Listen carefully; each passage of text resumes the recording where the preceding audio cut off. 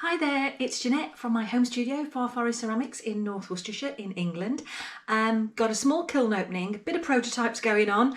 I've decided to go back to use some terracotta clay. I had it when I very first started and I've moved on to stoneware now, throwing and hand building, which I find creamy and wonderful. But the terracotta, when I first started, I had terracotta with 10% grog and I've not used it all.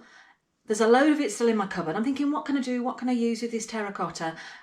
So I decided to have a play at making some little gnomes. I've made two larger ones. So now I'm having a go at making some smaller ones. And I did two in my stoneware, but then I thought, come on, terracotta, go back to terracotta. My goodness me, it's mucky stuff, isn't it? Great fun making it. But then I realised I hadn't got any glazes. So I opted for stroke and coat. I was too eager.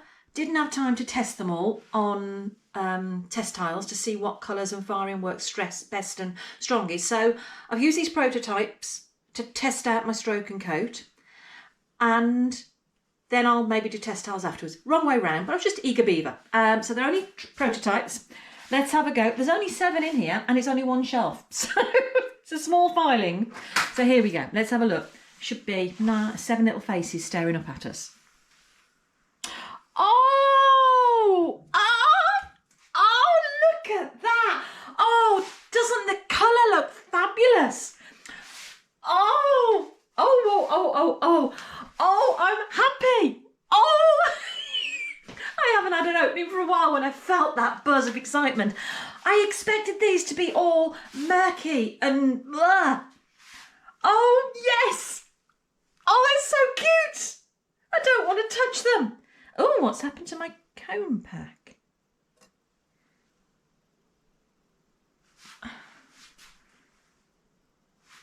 Okay. Oh, I know. I haven't done a terracotta firing for so long, so this is earthenware. So I normally fire at cone 6, which comes to a hot cone 6.5 for my stoneware. And then occasionally I go to cone 5 just for some amico glazes. So I've put my cones in for cone 4, 5, 6. This is earthenware. From memory, this is about, my firing is an 06. So it's no wonder these haven't moved. Can I put these back in another firing when I'm doing 5 or 6? Can I reuse them? They've changed colour. Be useless though on this firing, wasn't it? So let me get these out. Oh, I'm so excited to see these. Okay, I had a couple that had some cracks and their beards broke off, so I glued them back together. So I want to see, was that successful? So let me start at the back here. Lovely. Oh, I am super happy. Oh, wow. I should have got all my colours out to show you what they were that I've used. I'll put that in the notes later. A bit rough on this edge, so I'm going to have to sand that slightly.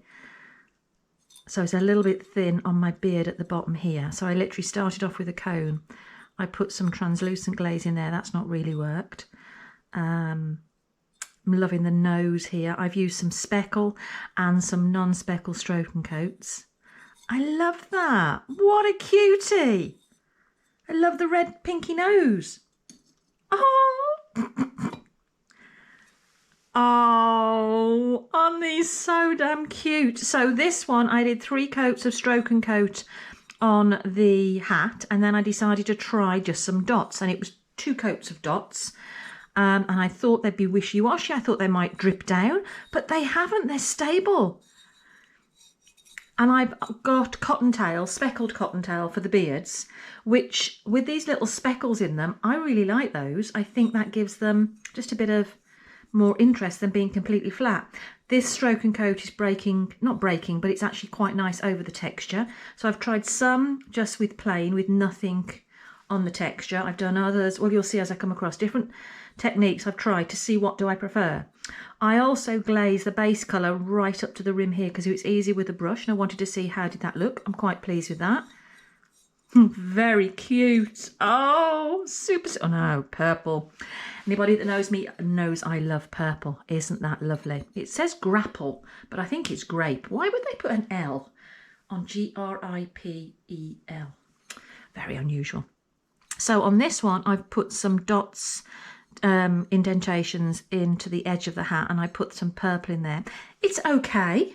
I think, yeah, it's okay. I think I prefer the plain. I don't know, maybe it's just nice having a bit of a variety. The flowers, to be honest, haven't come out as bright as I'd hoped. I wanted them to pop more, and I chose a multitude of colours and just layered them. A bit murky. I'm not so keen on that flower, preferring that flower. I then used a leftover of all my stroking coats that I've been using in a palette, and then kept mixing them up to create different shades to make it cover the noses. And I quite like the fact they're all slightly different noses, because everybody's got different skin colour, haven't they? I love that. Cute, cute, cute. Okay, I've done another dotty one. Now, I've used on his nose Hot Tamal with speckles. He does look like he's got a speckly nose, doesn't he? I still like it though, it's very nice. Again, liking the cottontail on the beard. Texture, and I've used speckle stroke and coat over the texture. And I think I prefer the plain on the texture rather than a speckle. I love the speckle on a smooth surface. I think that's really nice. That's a very nice combo there. The dots again have worked really well with a nice strong base, and the dots over the top. So I've used speckle, I think my Blue Heaven over the dots. Flowers come out a little bit better on that one. Very cute. I like it, I like it, I like it. Okay, two more in the men. Well, yeah, it is a man because it's got a beard on it. Again, nice and plain on the texture, and I like that contrast with that going on the dots. I think that brings up very nice.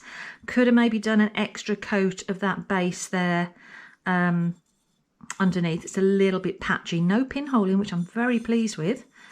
And I like that with the speckle on the nose. Again, I think it's really nice having the contrast of the different noses. These are so cute. I love them.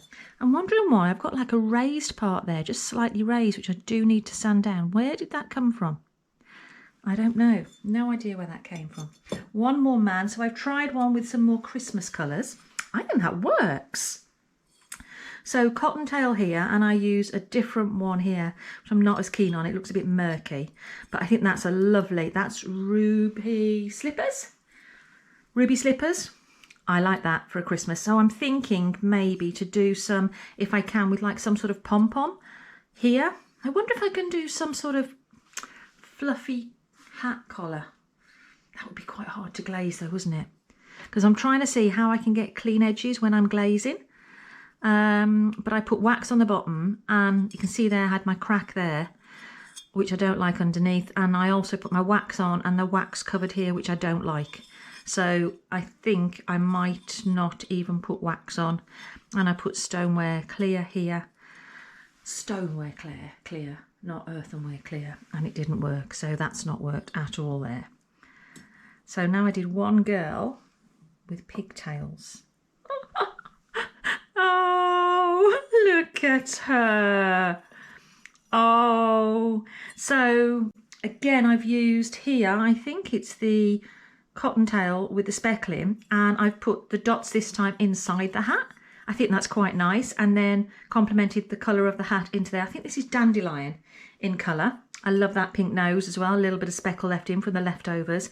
Now this is basketball on the hair, but again, I think the flowers need to pop more. So I need to, like, I'm looking now at this orange here, and I think that would be great on a flower. It really, really pops.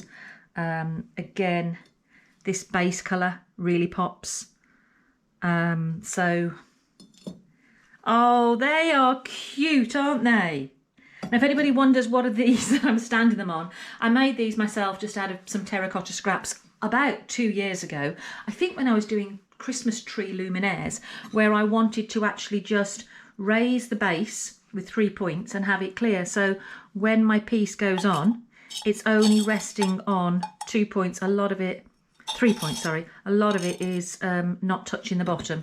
So where I've got something like this, a very uneven base, or if I've just got a circular base, I've just found they work quite well to catch any drips. But the stroke and coat's not dripping. But they are cute, aren't they? My little family. It's like the Seven Dwarfs, but it's 6 brothers and 1 sister. Maybe that's what I should make, is Snow White and the 7 Dwarfs, or just the 7 Dwarfs. But I'm really pleased with those. Really pleased. They look fun, cheeky, and now I want to play around with different beard shapes, moustaches, maybe some bows, different flowers, maybe some roses, twist the heads of the tips of the hats a little bit more. But I think that's quite cute for a Christmas gnome. Really cute. So I might make some of those in readiness for a Christmas market. But very, very cute. Oh, I'm so pleased. I'm so pleased. Love it, love it, love it, love it, love it, love it. So I've got a few hours, got a day off work today, so I've got a few hours this afternoon that I'm going to play in the studio, and you know me, I like to experiment. I don't tend to do multiples of anything because I'm not a batch potter, I'm not doing it for selling, I'm just doing it for fun. But these are cute. I might try some more of these, make a little family. Yeah, that's maybe what I'm going to do. And I love the fact it's using my terracotta, so great fun. Wonderful. Thank you for joining me. Short and sweet opening, but it was worth me just doing. I know it was only 1 shelf and it only used 13 kilowatts of, so it's only about in England, that's about 4 or 5 pounds sterling firing. Small kiln, quite new, so it's very economical. So in this instance, it was worth it. I don't usually fire it only a quarter full, but it was worth it in this time. So hope to see you again soon. All right, take care. Bye bye. Oh, I love them.